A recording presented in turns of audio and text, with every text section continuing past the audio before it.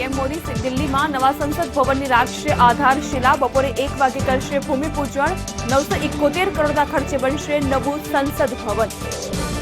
આજથી રાજ્યમાં વેક્સિન માટે થશે સર્વેની કામગીરી। ડોર ટુ ડોર સર્વે હાથ ધરાશે। મતદાન મથક યાદી પ્રમાણે ડેટા કરાશે તૈયાર।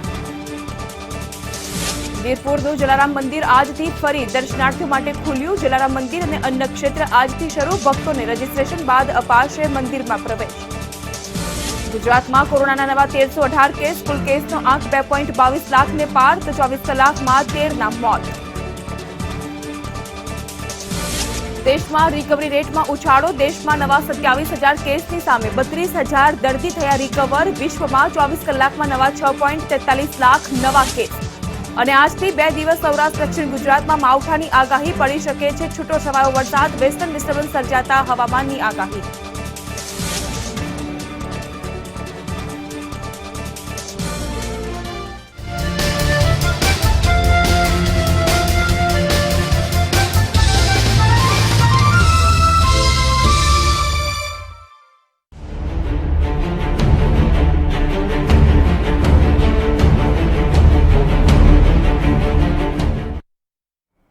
નમસ્કાર, આપ જોઈ રહ્યા છો મંતવ્ય ન્યૂઝ બ્રેકફાસ્ટ ન્યૂઝ સાથે હું છું જાગૃતિ। બુલેટિનમાં સૌપ્રથમ વાત કરીએ મુસીબતના માવઠા અંગે। રાજ્યના ખેડૂતો માટે હવે ચિંતાજનક આ સમાચાર, કારણ કે રાજ્યમાં 2 દિવસ 10 અને 11 ડિસેમ્બર આ 2 દિવસ માવઠાની સ્થિતિ અને રાજ્યના કેટલાક જિલ્લામાં છૂટોછવાયો વરસાદ પણ પડી શકે છે। હવામાન વિભાગે આ પ્રકારની આગાહી વ્યક્ત કરી છે। 10 અને 11 ડિસેમ્બરે માવઠાની અસર, તેની સાથે જ કમોસમી વરસાદ પણ વરસી શકે છે સૌરાષ્ટ્ર અને દક્ષિણ ગુજરાતના કેટલાક જિલ્લામાં।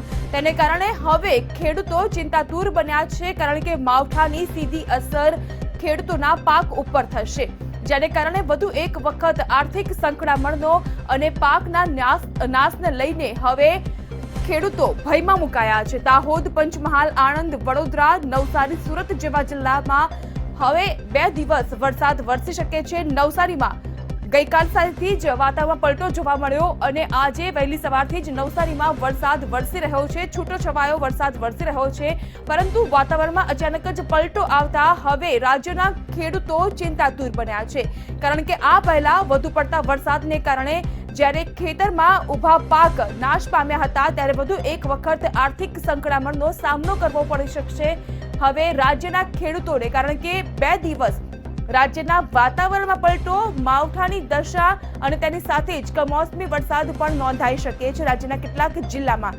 ખાસ કરીને સૌરાષ્ટ્ર અને દક્ષિણ ગુજરાતમાં સોમનાથ, સુરત, ભાવનગરમાં પણ વરસાદ વરસી શકે છે। જો કે નવસારીમાં તો વહેલી સવારથી જ વરસાદની સ્થિતિ જોવા મળી રહી છે।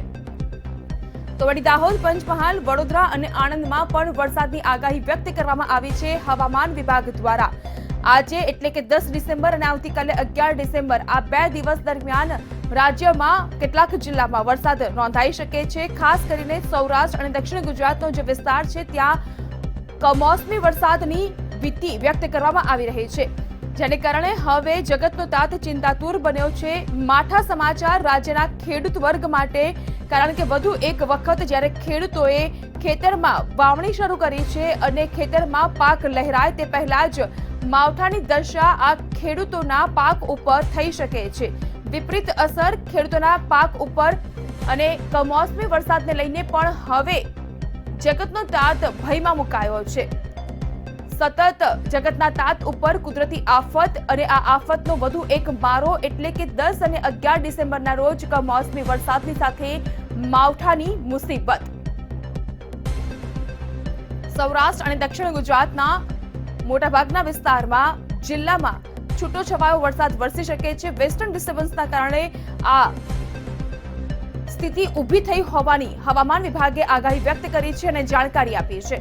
માવઠાને કારણે ખેતરમાં જેટલા પણ રવિ પાકનું વાવેતર થયું છે તે રવિ પાકને વ્યાપક નુકસાન થાય તેવી ભીતિ વ્યક્ત થઈ રહી છે, જેને કારણે વધુ એક વખત કુદરતી કહેરનો સામનો કરવા માટે હવે ખેડૂતોએ સજ્જ રહેવું પડશે। આર્થિક સંકળામણ, મોંઘું બિયારણ અને ખાતર લાવીને રવિ પાકની વાવણી શરૂ કરી અને રવિ પાક હાથમાં સોનાની મૂડી સમાન પાક આવે તે પહેલા જ હવે માવઠાની તેમજ કમોસમી વરસાદને લઈને આ પાક ઉપર પણ વિપરીત અસર થઈ શકે છે, જેને કારણે હવે ખેડૂત સતત ચિંતાતુર બન્યા છે। રાજ્યમાં કમોસમી વરસાદ અને માવઠાની સ્થિતિને ધ્યાનમાં રાખતા રાજ્યના ખેડૂત વર્ગ માટે ખૂબ જ મોટા માઠા સમાચાર, કારણ કે માવઠું અને કમોસમી વરસાદ ખેતરમાં લહેરાઈ રહેલા અને વાવણી કરવામાં આવેલા રવિ પાકને વ્યાપક નુકસાન પહોંચાડી શકે છે। ખાસ કરીને દક્ષિણ ગુજરાત અને સૌરાષ્ટ્રના મોટાભાગના જિલ્લામાં છૂટોછવાયો વરસાદ વરસી શકે છે અને માવઠાની આ અસરની શરૂઆત નવસારીમાં પણ જોવા મળી। નવસારીમાં ગત સાંજથી જ વાતાવરણમાં પલટો અને વરસાદની શરૂઆત થઈ આજ વહેલી સવારથી। વધુ વિગત આપી રહ્યા છે મારા સંવાદદાતા ભાવેશ। હવામાન વિભાગે આગાહી વ્યક્ત કરી છે વેસ્ટર્ન ડિસ્ટર્બન્સના કારણે રાજ્યમાં 10 એટલે કે આજે અને આવતીકાલે માવઠું અને કમોસમી વરસાદ વરસી શકે છે। જો કે નવસારીમાં તો શરૂઆત થઈ ચૂકી છે। રાજ્યના ખેડૂતો માટે ખૂબ જ માઠા સમાચાર ગણી શકાય।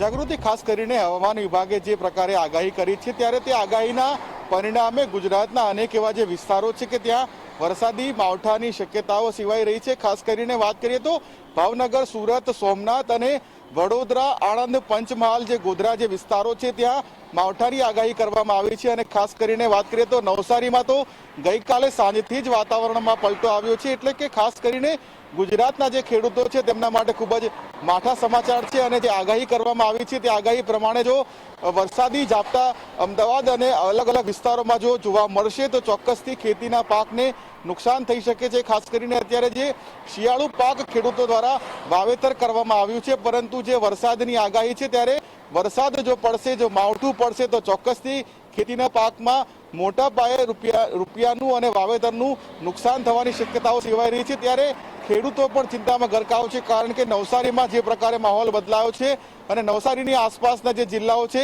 ત્યાં પણ ગઈકાલ સાંજથી વાતાવરણમાં પલટો જોવા મળી રહ્યો છે। એટલે કે હવામાન વિભાગે જે 2 દિવસ વરસાદની આગાહી કરી છે વેસ્ટર્ન ડિસ્ટર્બન્સના કારણે, તે આગાહીના પગલે ગુજરાતના જે અલગ અલગ વિસ્તારો છે ત્યાં ખાસ કરીને અત્યારે હવામાન વિભાગ દ્વારા જે આગાહી કરાઈ તે મુજબ વાતાવરણમાં ફેરફાર જોવા મળી રહ્યા છે। જાગૃતિ, આભાર ભાવેશ તમામ વિગત બદલ। તો વેસ્ટર્ન ડિસ્ટર્બન્સના કારણે રાજ્યમાં માવઠાની સ્થિતિ અને કમોસમી વરસાદને લઈને દક્ષિણ ગુજરાત અને સૌરાષ્ટ્રના જિલ્લામાં વરસાદ વરસી શકે છે, જેને કારણે જગતનો તાત હવે ચિંતામાં ગરકાવ થયો છે।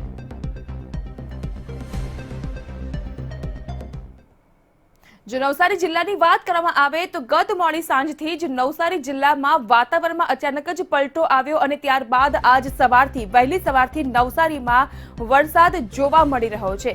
એટલે કે નવસારીના વાતાવરણમાં પલટો અને વરસાદની શરૂઆત હવામાન વિભાગે જે પ્રકારે આગાહી કરી હતી તે મુજબ નવસારીના વાતાવરણમાં પલટો જોવા મળ્યો છે। શિયાળામાં હવે વરસાદ પડતા માવઠાની સ્થિતિ સર્જાતા હવે ઠંડીમાં પણ વધારો થશે।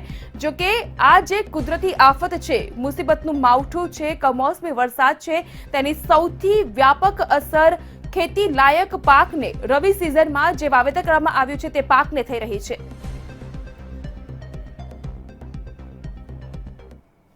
અને હવે જોઈએ ઠંડીનો ચમકારો।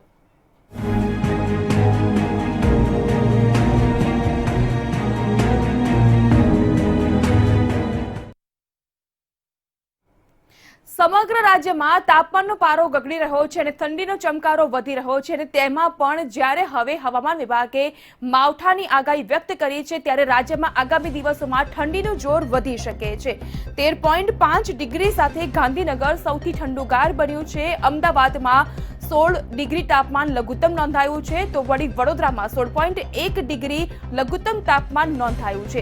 રાજકોટની જો વાત કરવામાં આવે તો રાજકોટમાં પણ તાપમાનનો પારો ગગડ્યો છે। સુરતમાં 18.6 ડિગ્રી લઘુત્તમ તાપમાન નોંધાયું છે અને આ સાથે જ ઠંડીમાં ચમકારો જોવા મળી રહ્યો છે। રાજકોટમાં 16.8 ડિગ્રી લઘુત્તમ તાપમાન નોંધાયું છે। આગામી 2 દિવસમાં પણ ઠંડીનું જોર વધશે, કારણ કે વેસ્ટર્ન ડિસ્ટર્બન્સના કારણે રાજ્યના વાતાવરણમાં પલટો, માવઠાની સ્થિતિ, કમોસમી વરસાદની કારણે હવે રાજ્યમાં આગામી 2 દિવસમાં ઠંડીનું જોર વધી શકે છે।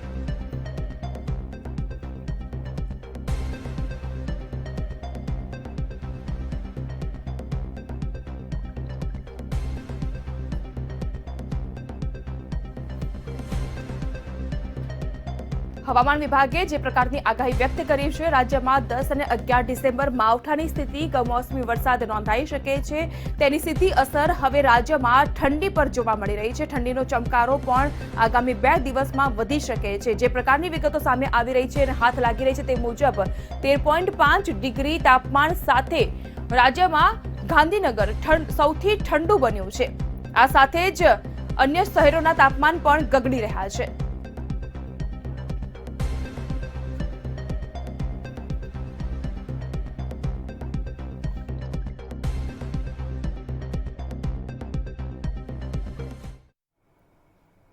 બુલેટિનમાં આગળ વધી અને વાત કરીએ પાકિસ્તાનમાં થયેલા ફાયરિંગને લઈને. તો જે પ્રકારના અહેવાલ હાથ લાગી રહ્યા છે તે મુજબ પાકિસ્તાનથી આ મહત્વના સમાચાર.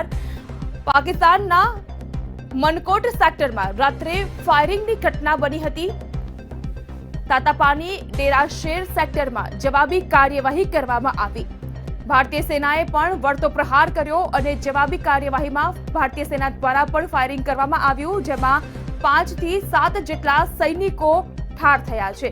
ભારતીય સેનાએ આ પાકિસ્તાનના ફાયરિંગને લઈને વળતી કાર્યવાહી કરી, જવાબી કાર્યવાહી કરી.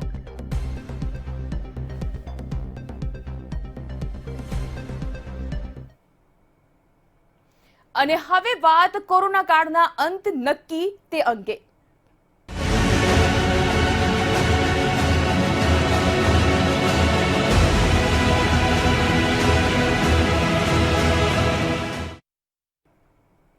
વેક્સિનને લઈને અલગ અલગ ડેટાબેઝ તૈયાર કરવાની ડોર ટુ ડોર સર્વેની કામગીરીની શરૂઆત થઈ ચૂકી છે. આજથી સમગ્ર રાજ્યમાં હવે ડોર ટુ ડોર સર્વે કરવામાં આવશે અને વેક્સિન મુદ્દે અલગ અલગ તબક્કામાં હવે યાદી તૈયાર કરવામાં આવશે.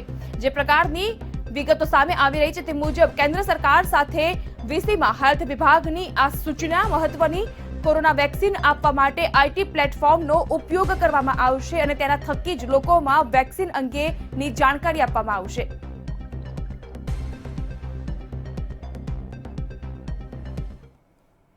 કોરોના સંક્રમણ વધતા એક સમયે વીરપુરનું જલારામ મંદિર દર્શનાર્થ માટે બંધ કરી દેવામાં આવ્યું હતું. જો કે હવે ફરી એક વખત દર્શનાર્થીઓ માટે સારા સમાચાર.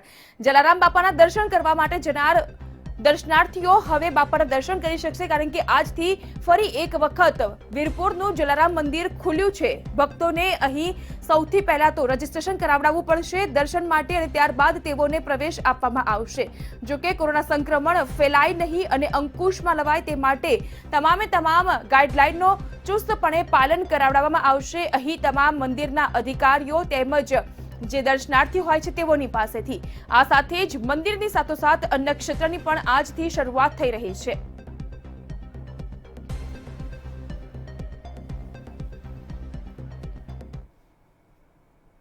હવે ગુજરાતમાં કોરોનાની સ્થિતિ ઉપર જો ધ્યાન આપવામાં આવે તો ગુજરાતમાં છેલ્લા 24 કલાક દરમિયાન કોરોનાના નવા 1318 જેટલા પોઝિટિવ કેસ નોંધાયા છે. ગુજરાતની આ આંકડાકીય માહિતી. છેલ્લા 24 કલાક દરમિયાન 1318 નવા કેસ, જેમાં છેલ્લા 24 કલાક દરમિયાન 1550 જેટલા દર્દીઓ રિકવર થયા છે. 24 કલાક દરમિયાન 13 લોકોના મૃત્યુ થયા છે. પરંતુ આંશિક રાહત અપાવે તેવી બાબત એ કહી શકાય કે જેટલા પોઝિટિવ દર્દીઓના કેસ છેલ્લા 24 કલાક દરમિયાન નોંધાયા છે તેની સામે રિકવર થનાર દર્દીઓનો આંકડો મોટો છે. એટલે કે ગુજરાતમાં પણ રિકવરી રેટ સુધરી રહ્યો છે. હવે જો સમગ્ર દેશની વાત કરવામાં આવે તો સમગ્ર દેશમાં પણ વધુ એક વખત રાહત અપાવે તેવા સમાચાર, કારણ કે નવા કેસની સરખામણીમાં હવે રિકવરી રેટ સતત સુધરી રહ્યો છે અને તેમાં પણ નોંધપાત્ર સુધારો અને વધારો જોવા મળી રહ્યો છે. નવા 27,000 કેસની સામે હવે 32,000 દર્દીઓ રિકવર થયા છે. છેલ્લા 24 કલાક દરમિયાન કોરોનાનો કુલ કેસનો આંક 97.63 લાખ પર પહોંચ્યો છે. દેશમાં કોરોનાના હાલ 3.71 લાખ એક્ટિવ કેસ બોલાઈ રહ્યા છે. કોરોનાથી વધુ 1.41 લાખ લોકોના મૃત્યુ અત્યાર સુધીમાં નોંધાઈ ચૂક્યા છે.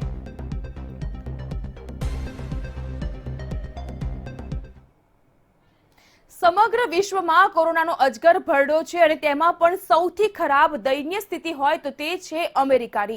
અમેરિકામાં હજુ પણ કોરોનાનો કોહરામ યથાવત રહેવા પામ્યો છે. છેલ્લા 24 કલાક દરમિયાન તમામ રેકોર્ડ તૂટ્યા છે. અમેરિકામાં 24 કલાક દરમિયાન રેકોર્ડ બ્રેક 2.23 લાખ કેસ નોંધાયા છે. 24 કલાકનો આ આંકડો છે કે જ્યાં 3200 જેટલા દર્દીઓના મૃત્યુ નોંધાયા છે. સેકન્ડ વેવની આ સૌથી ગંભીર સ્થિતિ કહી શકાય અમેરિકા માટે.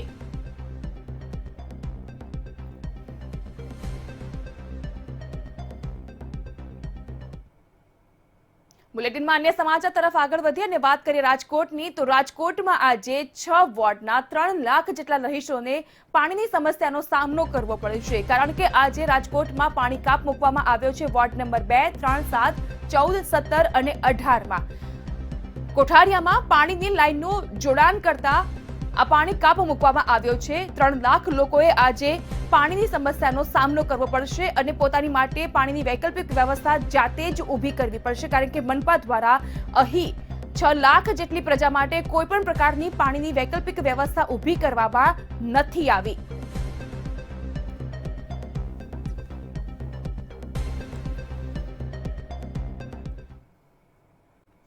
સૌરાષ્ટ્ર યુનિવર્સિટીમાં આજથી બીજા તબક્કાની પરીક્ષાનો પ્રારંભ થઈ રહ્યો છે. જે પ્રકારની વિગતો હાથ લાગી રહી છે તે મુજબ સૌરાષ્ટ્રમાં આજે સૌરાષ્ટ્ર યુનિવર્સિટીમાં બીજા તબક્કાની પરીક્ષાનો પ્રારંભ થઈ રહ્યો છે. સૌરાષ્ટ્ર યુનિવર્સિટીના અલગ અલગ સ્ટ્રીમની આજે પરીક્ષા શરૂ થઈ રહી છે. 15,059 જેટલા વિદ્યાર્થીઓ આજથી આ પરીક્ષામાં જોડાશે અને 81 જેટલા કેન્દ્ર ઉભા કરવામાં આવ્યા છે અને આટલા કેન્દ્ર ઉપરથી વિદ્યાર્થીઓ પરીક્ષા આપશે. મોરબી, જૂનાગઢ, અમરેલી કેન્દ્ર પરથી વિદ્યાર્થીઓ પરીક્ષા આપશે અને કોરોના સંક્રમણને ધ્યાનમાં રાખતા તમામ પ્રકારની વ્યવસ્થા પણ આ તમામ 81 જેટલા પરીક્ષા કેન્દ્ર ઉપર ઊભી કરવામાં આવી છે.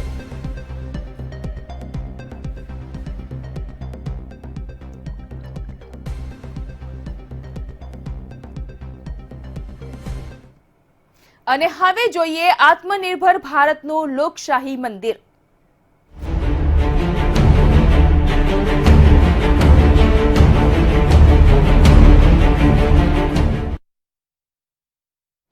દિલ્હીમાં દેશના નવા સંસદ ભવનનો શિલાન્યાસ થશે. આજે વિજય મુહૂર્તમાં ખાતમુહૂર્ત કરવામાં આવશે. વડાપ્રધાન નરેન્દ્ર મોદીના હસ્તે આધારશિલા રાખવામાં આવશે.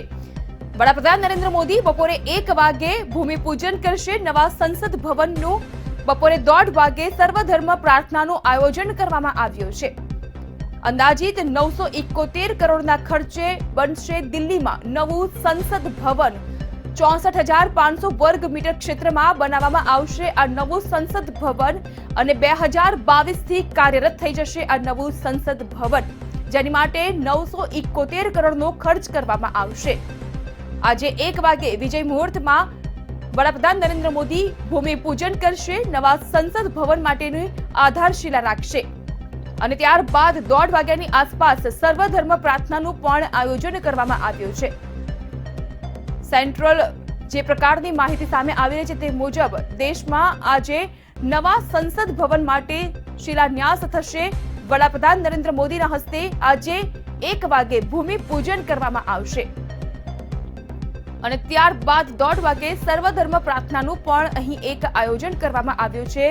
લગભગ 971 કરોડના ખર્ચે નવું સંસદ ભવન આકાર પામશે. વધુ વિગત આપી રહ્યા છે મારા સંવાદદાતા અરુણ. 971 કરોડના ખર્ચે નવું સંસદ ભવન બનશે અને તેની માટે આજે વિજય મુહૂર્તમાં વડાપ્રધાન નરેન્દ્ર મોદી ભૂમિપૂજન કરશે. જે ભારત દેશની સૌથી મોટી લોકશાહી જે કહેવાય ને, જે કાયદાનું ઘડતર જે સ્થળ ઉપર થાય છે એવા નવા સંસદ ભવન દેશના પાટનગર નવી દિલ્હી ખાતે તેનો શિલાન્યાસ વિધિ વડાપ્રધાન નરેન્દ્ર મોદીના હસ્તે આજે કરવામાં આવશે. વર્ષ 2022 સુધીમાં આ નવા સંસદ ભવનનું નિર્માણ કાર્ય પણ પૂર્ણ થાય એવું માનવામાં આવી રહ્યું છે. હાલના તબક્કે જોઈએ તો લોકસભામાં જે 543 બેઠકો છે તેના સ્થાને વધીને 888 જેટલી બેઠક વ્યવસ્થા કરવામાં આવશે, જ્યારે રાજ્યસભામાં જે 245 બેઠકો છે તેના સ્થાને 382 બેઠક વ્યવસ્થા થાય એ પ્રમાણે સમગ્ર ત્રિકોણીય આકારનું નવું સંસદ ભવન નિર્માણ થશે તે પ્રમાણેનું આયોજન કરવામાં આવ્યું છે. વર્તમાન સંસદ ભવનનો શિલાન્યાસ 12મી ફેબ્રુઆરી 1921 તે સમયમાં 1821માં થયો હતો, જ્યારે 18 જાન્યુઆરી 1927 તત્કાલીન ગવર્નર જનરલ લોર્ડ ઇર્વિને તેનું ઉદ્ઘાટન કર્યું હતું. હાલના તબક્કે કહી શકાય કે સમગ્ર રીતે 971 કરોડનો અંદાજિત પ્રોજેક્ટ છે અને 2022 સુધીમાં આ સમગ્ર નિર્માણ કાર્ય પૂર્ણ કરવાનું, એટલે કે નવી સંસદ ભવનનું નિર્માણ થઈ જાય, નવનિર્મિત થઈ જાય અને તેનું ઉદ્ઘાટન પણ વડાપ્રધાન નરેન્દ્ર મોદીના હસ્તકે થાય તે પ્રમાણેનું આયોજન સમગ્ર રીતે કરવામાં આવ્યું છે. એક રીતે કહી શકાય કે લોકશાહીના તટસ્થ રીતે કાયદાના ઘડતર માટેનું એક નવનિર્માણ કાર્ય આજે વડાપ્રધાન નરેન્દ્ર મોદીના હસ્તે તેનો શિલાન્યાસ કરવામાં આવશે. તેમાં અનેક પ્રધાનમંડળના સભ્યો, રાજ્યસભાના સભ્યો, સાંસદ સભ્યો સહિતના અનેક મહાનુભાવો રહેશે. ખાસ કરીને લોકસભાના અધ્યક્ષ ઓમ બિરલા પણ આ સમયે વિશેષ રીતે ઉપસ્થિત રહેશે. આભાર અરુણ, તમામ વિગત બદલ. તો અંદાજિત 971 કરોડના ખર્ચે આકાર પામશે નવું સંસદ ભવન દિલ્હીમાં, જેની માટે આજે ભૂમિપૂજન કરશે બપોરે 1 વાગે વડાપ્રધાન નરેન્દ્ર મોદી.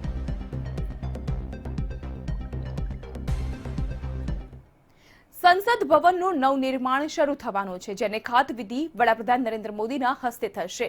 ત્યારે નવનિર્માણની શરૂઆત ક્યારે અને કેવું હશે તે જોઈએ આ સમગ્ર અહેવાલમાં.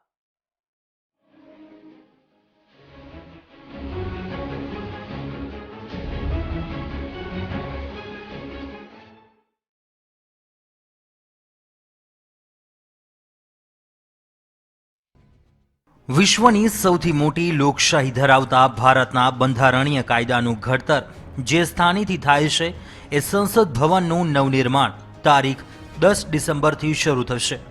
વડાપ્રધાન નરેન્દ્ર મોદીના હસ્તે નવનિર્મિત સંસદ ભવનની ખાતવિધિ 10મી ડિસેમ્બરે બપોરે 1 કલાકે કરાશે. નવરચિત સંસદ ભવન માટે રૂપિયા 971 કરોડનો ખર્ચનો અંદાજવામાં આવ્યો છે. લોકસભાના અધ્યક્ષ ઓમ બિરલાએ નવા સંસદ ભવનમાં સુવિધા અંગે માહિતી આપતા જણાવ્યું હતું કે સંસદ સભ્યો માટેની લોન્જ, લાઇબ્રેરી, સમિતિ રૂમ અને ભોજન ખંડ જેવી તમામ અત્યાધુનિક સુવિધા પ્રાપ્ત કરાશે. સંસદના બંને ગૃહોમાં બેઠક વ્યવસ્થા પણ વધારવામાં આવશે. कि नए संसद का भवन जिसका शिलान्यास 10 तारीख को 1 बजे माननीय प्रधानमंत्री जी के द्वारा भूमि पूजन के साथ शुरू हुआ. લોકસભા રાજ્યસભાના ગૃહોમાં બેઠક વ્યવસ્થા. લોકસભા ગૃહમાં હાલની બેઠક વ્યવસ્થા 543 છે, જ્યારે નવા લોકસભા ગૃહમાં બેઠક વ્યવસ્થા 888 થશે. રાજ્યસભા ગૃહમાં હાલની બેઠક વ્યવસ્થા 245 છે, જ્યારે નવા રાજ્યસભા ગૃહમાં બેઠક વ્યવસ્થા 384 થશે. વર્તમાન સંસદ ભવન રાઉન્ડ આકારમાં છે. તેમાં પરિવર્તન કરીને નવું સંસદ ભવન ત્રિકોણીય આકારમાં બનાવવાનો નિર્ણય અમદાવાદના ખ્યાતિપ્રાપ્ત ડિઝાઇનર બિમલ પટેલે કર્યો છે. ત્યારે શું હશે નવા સંસદની વિશિષ્ટતા તે પણ જોઈએ. નવું સંસદ ભવન ત્રિકોણાકાર હશે. સંસદ ભવન સંપૂર્ણ ભૂકંપ પ્રતિરોધક બનશે. અવકાશી અવલોકન કરતા સંસદ ભવન ત્રિરંગા કિરણમાં જોવા મળશે. સાંસદને બેસવા માટે આરામદાયક બેઠક હશે. બેન્ચ પર માત્ર 2 જ સાંસદો બેસી શકે તેવી વ્યવસ્થા. 10 ડિસેમ્બરે શિલાન્યાસ વિધિ વડાપ્રધાન નરેન્દ્ર મોદીના હસ્તે કરાશે. ત્યારે વર્ષ 2022ના અંત સુધીમાં નવા સંસદ ભવનનું ઉદ્ઘાટન પણ વડાપ્રધાન નરેન્દ્ર મોદીના હસ્તે કરવામાં આવશે. એ મુજબ આયોજન થયું છે. જ્યારે દેશની સૌથી મોટી લોકશાહીની સંસ્થાનું સંચાલન વર્ષ 2022માં નવા સંસદ ભવનથી થશે તે નિશ્ચિત છે. બ્યુરો રિપોર્ટ, મંતવ્ય ન્યૂઝ, અમદાવાદ. કોરોનાના વધતા જતા કેસ અને ગુજરાત સરકાર દ્વારા લાદવામાં આવેલા નાઇટ કર્ફ્યુને કારણે મોટા લગ્ન સમારંભોનું આયોજન ડાયમંડ સિટી સુરત, વડોદરા, રાજકોટ, અમદાવાદ જેવી સિટી માટે પડકારજનક બન્યું છે. એવામાં ગુજરાતીઓએ તેનો તોડ પણ શોધી કાઢ્યો છે. જ્યાં કંટ્રોલમાં છે કોરોના તેવા સ્થાને ગુજરાતીઓ ડેસ્ટિનેશન વેડિંગ ગોઠવી રહ્યા છે. આખરે કઈ છે આ જગ્યા કે જે લગ્ન કરતા વર વધુની પહેલી પસંદ બની છે?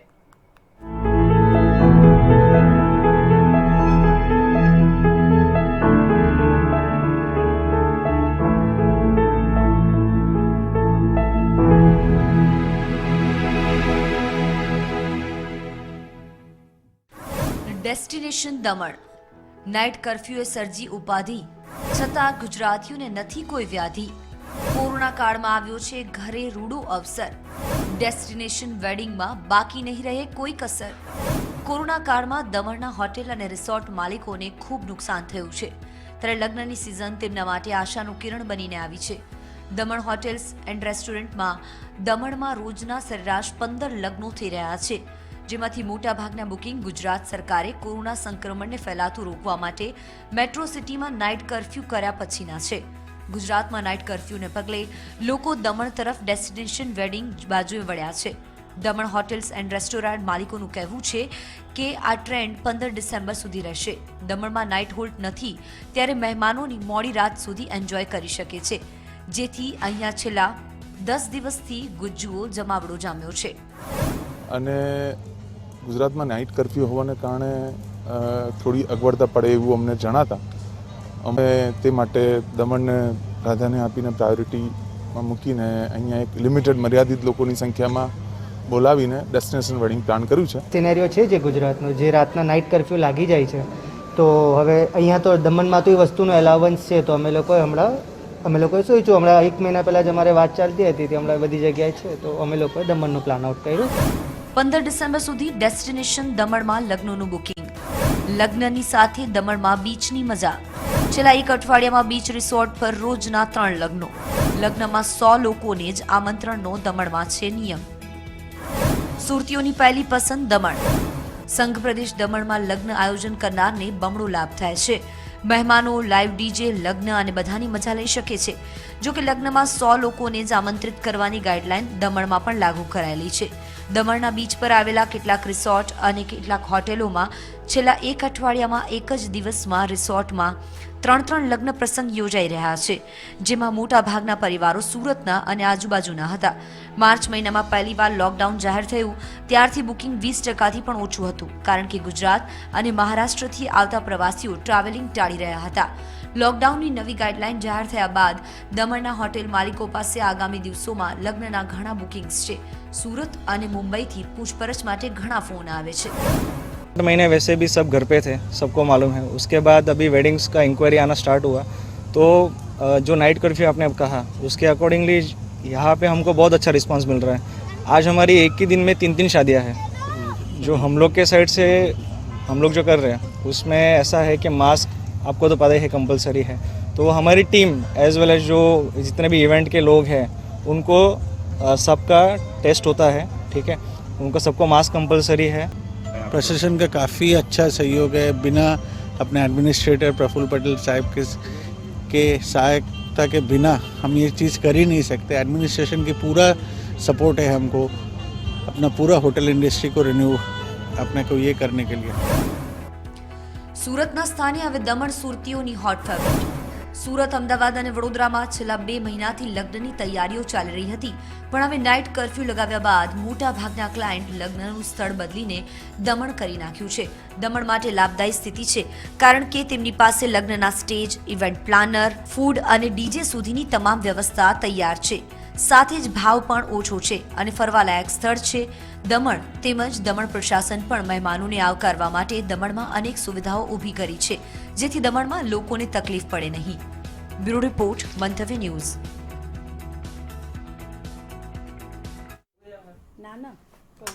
એટલો જ અન્ય વધુ સમાચાર અને અપડેટ માટે આપ લોગિન કરી શકો છો www.mantavynews.com પર. નમસ્કાર.